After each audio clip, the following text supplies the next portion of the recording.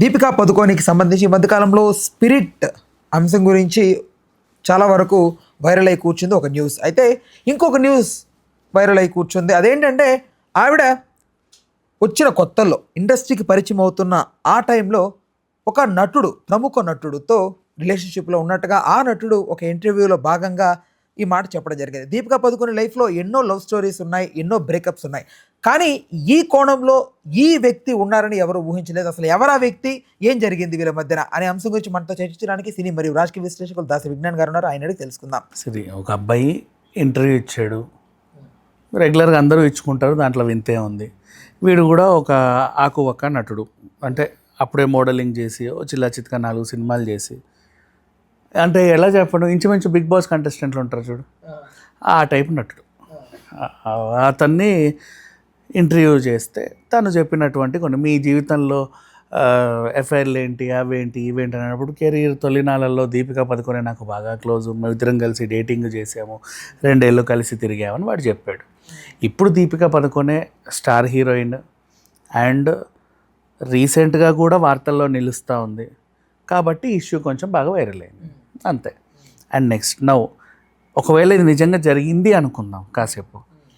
Deepika Padukone career తొలినాళ్ళల్లో వచ్చింది, అప్పుడప్పుడే మోడలింగ్లో అడుగులు వేస్తా తను క్లోజప్ యాడ్కి బాగా ఫేమస్ అయిన తర్వాత, అంతకుముందు తెలియదు, క్లోజప్ది ఆ స్మైల్ యాడ్ ఒకటి వచ్చిందనమాట, దాంతో బాగా ఫేమస్, ఆ సాంగ్తో వస్తుంది యాడ్. అది తర్వాత అలా వెళ్ళిపోయింది.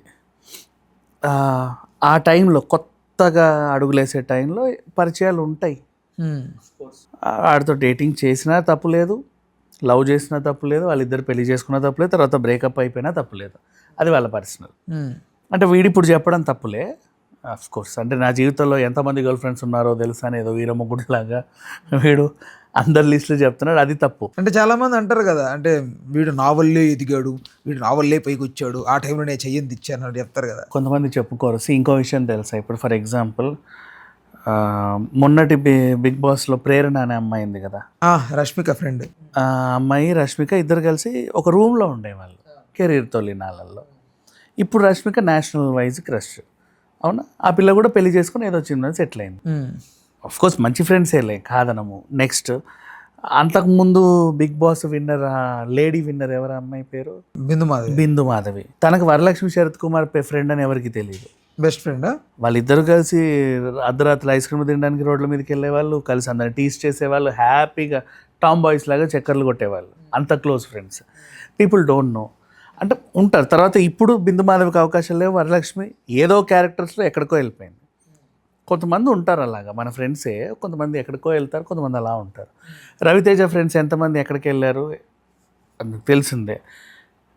ఆ విషయాలు ఏంటంటే తర్వాత ఎప్పుడన్నా ఇంటర్వ్యూలలో చెప్పుకుంటే బాగుంటుంది, కానీ ఎఫ్ఐఆర్లు చెప్పకూడదు.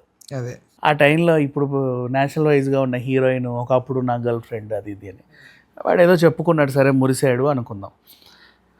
ఒకవేళ నిజంగా జరిగినా అది ఆవిడ వాళ్ళ పర్సనల్. ఇక్కడ ఇంకో టర్న్ ఏంటంటే, బాలీవుడ్ పిఆర్ ఎప్పటికప్పుడు వాళ్ళ స్టార్స్ని, ఇమేజ్ని డైవర్ట్ చేస్తూ డైవర్షన్ డ్రామా ఆడుతూ ఉంటుంది. సో ఇది ఆ కోణంలోకి చెందిందేమో అని చెప్పేసి కొంతమంది విమర్శకులు అంటున్నారు. ఏంటో చూద్దాం. మొన్న దీపిక పదుకొనే వర్సెస్ సందీప్ వంగ, ఈమెని గెంటేశారట అనేది ఒక న్యూస్ వచ్చింది. దీపిక ఇది అని ఈయనండం, ఆమె మాటల్లో తప్పలేదని ఆమెకు మద్దతుగా 2-3 నిలబడడం కూడా జరిగింది. బట్ ఈ ఇష్యూలో దీపికకి కొంచెం మేజర్ డ్యామేజ్ జరిగింది అనేది వాళ్ళ పిఆర్ టీం ఫీల్ అయింది. బికాస్ ఏంటంటే, గతంలో ఈవిడ కూడా నో అని చెప్పిన సినిమాలు కూడా కొన్ని ఉంటాయి ఈవిడ కెరీర్లో. వాళ్ళందరూ మీసాలు తిప్పుతారు ఇప్పుడు, చూసావా అప్పుడు నన్ను కూడా అలా చేసావు, నీకు కూడా ఒక రోజు వచ్చింది ఇలా ఇద్ది అని. సో అలా నవ్వుల పాలు అవ్వకుండా ఉండడానికి ఏం చేస్తారంటే, ఒక డైవర్షన్ డ్రామా అంటగడతారు. ఎవడో ఆకువక్కగాన్ని తీసుకొచ్చి ఆమె మీద ఒక ఎలిగేషన్ పాస్ చేసి, లైక్ సునిశ్చిత్ లాంటి క్యారెక్టర్. ఇతను సునిశ్చిత్ లాగేనా? లే మేబీ ఉండొచ్చేమో, అంత ధైర్యంగా చెప్పాడు కదా. వీడు నటుడే, స్టార్టింగ్లో మోడలింగ్ చేసినోడే. ఆ పిల్ల స్టార్టింగ్ వచ్చిన కొత్తలో కొంతమంది లైమ్ లైట్లో ఉండడానికి పెద్ద పెద్ద పేర్లు వాడతారు కదా, అదొకటి ఉంటుంది. ఫ్రెండ్షిప్ కూడా ఉండొచ్చు, చెప్పలేం. అంటే అట్లా చెప్పడానికి మరీ సునిశ్చిత్ లాగైతే కాదు కదా వీడు, కొత్త గొప్ప సినిమాలు చేసినోడే. ఇప్పుడు 100 మెట్లు ఉన్నాయి అబ్బా, 100వ మెట్టు ఎక్కడానికి మొదటి మెట్టు ప్రధానం, ఓకేనా? అలా అని చెప్పి మొదటి మెట్టు వచ్చి ఆ 100 మెట్టు ఎక్కాడంటే నా నుంచే ఎక్కాడని చెప్పి విర్రవీగితే కష్టం కదా. విర్రవీగుడు అని కొంతమందిని అనొచ్చు, కొంతమందిని అనలేము. మేబీ ఫ్రెండ్షిప్ కూడా ఉండొచ్చు, తప్పలేదు. బట్ డేటింగ్ అని చెప్తున్నాడు అతను. వాడు చెప్పాడు, ధైర్యంగా చెప్పాడు, అందులో తప్పే ఉంది. వాళ్ళు అడిగారు అంతే. ఆవిడ పెళ్ళి అయిపోయి హ్యాపీగా చెప్పకూడదు కానీ చెప్పాడు. సో ఇట్లాంటి టైంలో ఏమవుతుందంటే ఆ పిల్ల మీద కొంచెం సింపతి వస్తుంది. ఒక రకంగా ఎవడో ఏదో అన్నాడు, ఎవడో స్పందించట్లేదు, నిజమా కాదా అలా ఇలా. తర్వాత వాడే రేపో ఎల్లుండో ఒక వారం 10 రోజుల తర్వాత సారీ నేను ఊరికే అలా చెప్పుండాల్సింది కాదు, అలా అయింది ఇలా అయింది, లేకపోతే వీళ్ళు అతని మీద ఏమైనా యాక్షన్ తీసుకోవడం ఇలాంటిది అవుతుంది. అప్పుడు దీపిక పదుకొనే మీద ఈ పాపం ఒక ఎలిగేషన్ వచ్చింది, పర్లేదులే అంటారు. అంతకుముందు ఉన్నది మర్చిపోతారు. ఆ మర్చిపోయిన తర్వాత ఈ మర్చిపోయే క్రమంలో ఇప్పుడు నిన్న అట్లీ సినిమా ఉంది కదా, అదొక ప్లస్. అట్లా నెక్స్ట్ ఇంకొకటి ఏదైనా వీడియో వస్తే ప్లస్. ఇప్పుడు వంగా చేసినటువంటి కామెంట్ తన కెరీర్ నుంచి ఒక 4 రోజుల్లో మాసిపోయింది. ఇట్లా బాలీవుడ్ పిఆర్ ప్లాన్లు కూడా చేస్తుంది. ఇది ఆ ప్లానేనేమో, స్ట్రాటజీ ఏమో అని కొంతమంది అంటున్నారు. మరి ఎంతవరకు నిజమో తెలియదు. రైట్. అయితే ఓవరాల్గా ఈ బాలీవుడ్ పిఆర్ గురించి మీ అభిప్రాయం ఏంటి? మొత్తం అన్ని పిఆర్లలో ఒక నీచమైన పిఆర్ ఎవరైనా ఉన్నారంటే బాలీవుడ్, టాలీవుడ్, కోలీవుడ్, అన్ని వుడ్ల పిఆర్లు చాలా నీచమైన పిఆర్స్. వీళ్ళకి డబ్బు కోసం ఏమైనా చేస్తారు. ఆర్టిస్టుల డేట్లు వీళ్ళకి అనవసరం. నీ డేట్లను ఊరికే నాకు అమ్మేస్తాడు ఎవడికో, వచ్చి నన్ను కన్విన్స్ చేస్తూ ఉంటాడు. ఏమని, సార్ మంచి సినిమా ఎందుకు వదులుకుంటా అనవసరంగా, చెయ్యి పర్లేదు, నువ్వు చేస్తే కదా నీ కమిషన్ నీకు వస్తుంది. అది రియల్ ఎస్టేట్ వాడు ఎలా అమ్ముతాడు ఫ్లాట్లు, వీళ్ళు అంతే. వీళ్ళు చేయబట్టి ఇంకా అసలు ఎట్లా పెడతారంటే నయనతారకి ధనుష్కి గొడవ పెట్టింది కూడా వీళ్ళే, పిఆర్ వల్ల. వీళ్ళే ఎలా గొడవ పెడతారు అసలు. యాక్చువల్ ఇప్పుడు నీకు ఆ సిచ్యువేషన్ మళ్ళీ రీకన్స్ట్రక్ట్ చేద్దాం. అసలు నయనతార 2 క్యారీవ్యాన్లు అడిగింది. ఎందుకంటే తన నీడ్ అది, ఆ నీడ్ అవసరం కూడా సెట్కి. ఎందుకు అంటే ఒకటే పెద్ద క్యారీవ్యాన్లు వచ్చాయి. ఇంతకుముందు అంటే ఒక డబ్బాని 2 ముక్కలు చేసేవాళ్ళు, ఇప్పుడు ఫుల్ ఒకటే డబ్బా ఇచ్చేస్తున్నారు. ఆ ఒక డబ్బాలు ఏంటంటే సగము నీ బఫే పరిచి ఉంటుంది, నువ్వు మేడం గారు వచ్చి తినడానికి. ఇటేమో నీ మేకప్ అంతా పరిచి ఉంటుంది. ఈ 2 అయిపోయాయి. ఇటు మేకప్ వేసుకున్నావు, హెయిర్ డ్రెస్సింగ్ చేసుకున్నావు, ఇక్కడ కూర్చొని తిన్నావు. నువ్వు డ్రెస్ చేంజ్ చేసుకోవాలి. నువ్వు ఒక చెయ్యి ఇటానిచ్చినా లిప్స్టిక్ అంటుంది, ఇటానిచ్చినా సాంబార్ అంటుంది. ఏం చేస్తావు? సో నీకు ఇంకో క్యారీవ్యాన్ అవసరం ఫ్రీగా డ్రెస్అప్ అవ్వడానికి, శారీ డ్రేపింగ్ అయినా దేనికైనా సరే. అందుకు రిక్వెస్ట్ చేసి అడుగుతారు. మేడం మేకప్ అయిపోయింది, మేడం కూడా తినేసింది.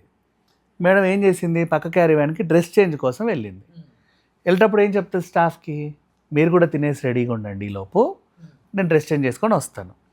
ఆ తర్వాత మిగతా తుది మెరుగులు దిద్దుకుందాం, ఈలోపు కాస్ట్యూమర్లు కూడా తినేస్తారు, పని అయిపోతుంది. లేదా నేను సెట్కి వెళ్ళాక మీరు కూడా తినేసేయండి. ఇప్పుడు ఎవరు శారీ డ్రేపింగ్ చేసిన వాళ్ళు కూడా తినాలిగా. ఇట్లా ఒక అండర్స్టాండింగ్ ఉంటుంది. నవ్వు మేనేజర్ వస్తాడు, మేడం రెడీయా అంటాడు. ఇటు వెళ్ళిందండి, శారీ మార్చుకోవడానికి వెళ్ళింది అంటాడు. వీడు చూసి ఏం చెప్తాడు ప్రొడ్యూసర్కి, వాళ్ళ స్టాఫ్కో క్యారీవ్యాను, మేడం గారికో క్యారీవ్యాను, నేను వెళ్ళేసరికి మంచి కూర్చొని ఆడుతూ పాడుతూ టిఫిన్లు చేస్తున్నారండి, స్టాఫ్ టిఫిన్లు చేయడానికి కూడా క్యారీవ్యాన్లా, అక్కడ మనం పెట్టలేదా, అది లేదా ఇది లేదా అని చెప్పి ఎక్కించి చెప్తాడు. ఇక్కడ వీడేమనుకుంటాడు, ఎంత నమ్మి హీరోయిన్ పెట్టుకుంటే ఊరికే నన్ను దోచేస్తుందని ఫీల్ అవుతాడు.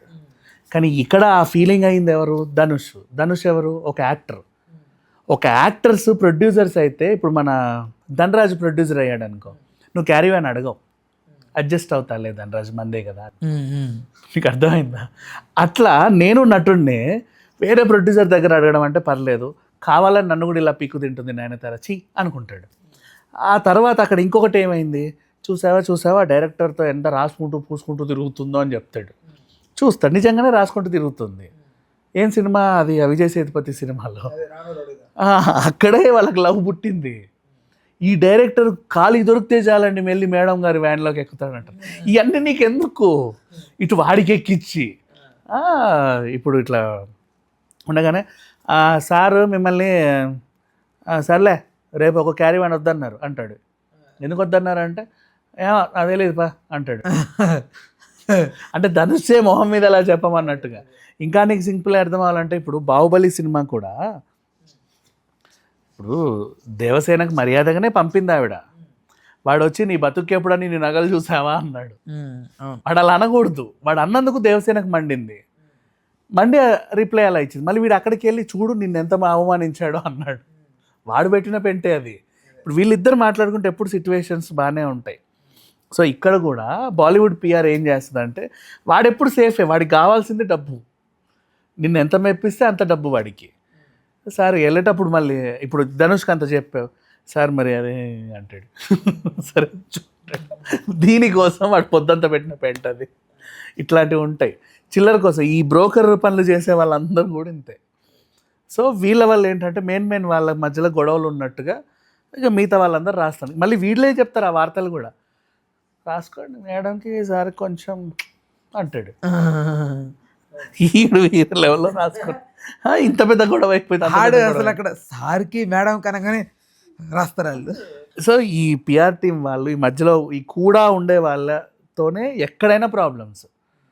నీకు అందుకే కామెడీగా కూడా ఒక జోక్ ఉంది F2లో, డ్రైవర్లని బాడీ గార్డ్లని ఈజీగా మార్చారు ఎందుకంటే మా గుట్టంతా మీకే తెలుస్తుంది కాబట్టి అని. వీళ్ళే చెప్తారు వాళ్ళ గురించి, మా సార్ ఏంటో తెలుసు, ఆ మంచి విష్ణు వాళ్ళు ఇట్లా పని మనిషిలాగా ఆడ మొత్తం మేడం పెళ్ళైనప్పటి నుంచి వీళ్ళకి అలాగ పడట్లేదు, నీకెందుకు ఎందుకు చెప్పావు, అవసరం లేదు కదా. అట్లా వీళ్ళ ఈ కూడా వాళ్ళ మనుషులు చెప్పేదాన్ని బట్టే వీళ్ళ పరువులు పోతాయి. కానీ మెయిన్గా వీళ్ళకి ఎప్పుడు ఏది ఉండదు. అందరు కూడా ఎందుకంటే ఈ స్థాయి నుంచి అన్నీ చూసి ఒక స్థాయికి వస్తారు కాబట్టి అన్నీ అనుభవించే వస్తారు. సడన్గా రాగానే కోట్లు రాలా, ఎవ్వరికీ రాలా. ఈవెన్ మోహన్ బాబు గారికి అయినా సరే చెన్నైలో ఎంతో తిరిగి ఎన్నో అవమానాలు పడితే కానీ ఈరోజు ఎన్ని కోట్లు రాలా. చిరంజీవి గారైనా అంతే, ఎవరైనా అంతే, హూఎవర్ వాట్ ఎవర్ ఫస్ట్ నుంచి బాగా డెవలప్ అయ్యి ఈవెన్ విజయ్ దేవరకొండ అయినా అంతే, అందరూ అంతే.